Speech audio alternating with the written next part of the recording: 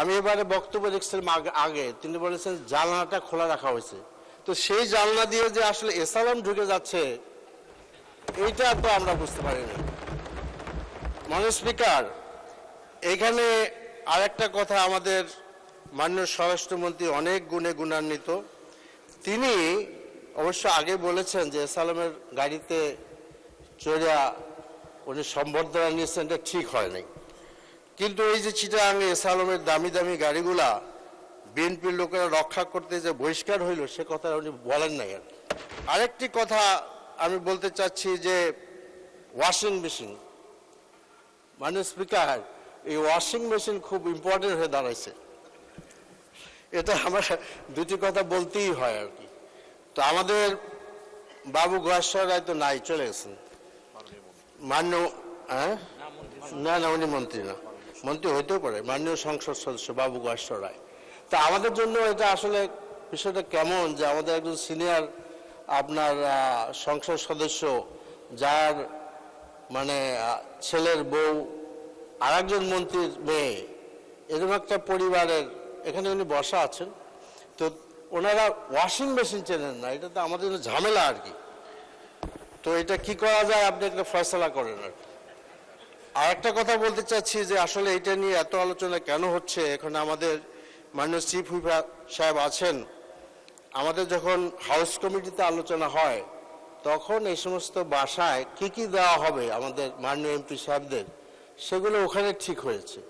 এইটা বিরোধী দলের বারবার লজ্জা দেওয়া হচ্ছে, এখানে সরকারি দলের মানে যারা এমপি হোস্টেলে আছেন যারা প্রোভাইড করলে তাদের বাসাও যাবে, আমাদের লজ্জা দেওয়ার কোনো মানে নাই। আশা করি বিষয়টা খেয়াল করবেন আপনারা। এরপরে যেটা ব্যাংক রেজুলেশন অ্যাক্ট 2006 বাতিল করা উচিত বলে আমি মনে করি, কারণ আমাদের মাননীয় অর্থমন্ত্রী তিনি বলেছেন, আমি এবারে বক্তব্য রেখেছিলাম আগে তিনি বলেছেন জানলাটা খোলা রাখা হয়েছে, তো সেই জানলা দিয়ে যে আসলে এসালাম ঢুকে যাচ্ছে এইটা তো আমরা বুঝতে পারিনি। মাননীয় স্পিকার, এখানে আরেকটা কথা, আমাদের মাননীয় স্বরাষ্ট্রমন্ত্রী অনেক গুণে গুণান্বিত। তিনি অবশ্য আগে বলেছেন যে এসালামের গাড়িতে চড়িয়া উনি সম্বর্ধনা নিয়েছেন, এটা ঠিক হয় নাই। কিন্তু এই যে চিটাগাঙে এসালামের দামি দামি গাড়িগুলা বিএনপির লোকেরা রক্ষা করতে যে বহিষ্কার হইল সে কথা উনি বলেন নাই আর কি। মাননীয় স্পিকার, উনি আবার বলেছেন, আমাদের মাননীয় স্বরাষ্ট্রমন্ত্রী বলেছেন যে একটা দল আল্লাহু আকবার ধ্বনি নিয়ে ব্যাংক দখল করলো আর কি। তো বুঝলাম যে ওনার আল্লাহু আকবার কথার মধ্যে ওনার বেশ আপত্তি।